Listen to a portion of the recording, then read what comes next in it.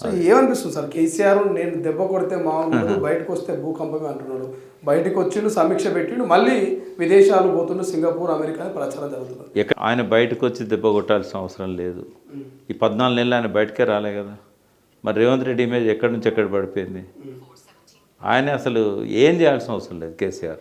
నా దృష్టిలో అయితే అసెంబ్లీలో ఉన్న ఒక మామూలు ఎమ్మెల్యే చాలు రేవంత్ రెడ్డిని కౌంటర్ చేయడానికి. దానికి హరీష్ అక్కర్లేదు, కేటీఆర్ అక్కర్లేదు, కేసీఆర్ అంతకంటే అక్కర్లేదు. ఎందుకంటే సబ్జెక్టు మీద అవగాహన లేని ముఖ్యమంత్రిని, అబద్ధాలు చెప్పే ముఖ్యమంత్రిని, లేస్తే రోత మాటలు మాట్లాడే ముఖ్యమంత్రిని దాన్ని కౌంటర్ చేయడానికి ఒక మామూలు ఎమ్మెల్యే చాలు అక్కడ. అని కేసీఆర్ అంతకంటే ఎక్కువ బూతులు మాట్లాడేది, అంతకంటే ఎక్కువ అబద్ధాలు చెప్పేది. ఒక్కటి ఇప్పుడు మీ ఛానల్లో రికార్డ్స్ ఉంటాయి కదా, కేసీఆర్ మాట్లాడిన బూత్ ఒక్కటనే చెప్పమనండి.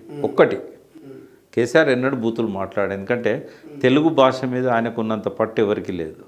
ఎవరన్నా యూనివర్సిటీలలో ఉన్న ప్రొఫెసర్లకు ఉంటుందేమో కానీ రాజకీయ నాయకులలో తెలుగు మీద ఆయనకున్నంత పట్టు ఎవరికీ లేదు. మంచి తెలుగు, స్వచ్ఛమైన తెలుగు మాట్లాడతాడు. ఆయన కవి, ఆయన రచయిత. అదేవిధంగా ఆయన ఇంగ్లీష్ మీద కానీ, ఉర్దూ మీద కానీ, హిందీ మీద కానీ అపారమైన పట్టున్న వ్యక్తి.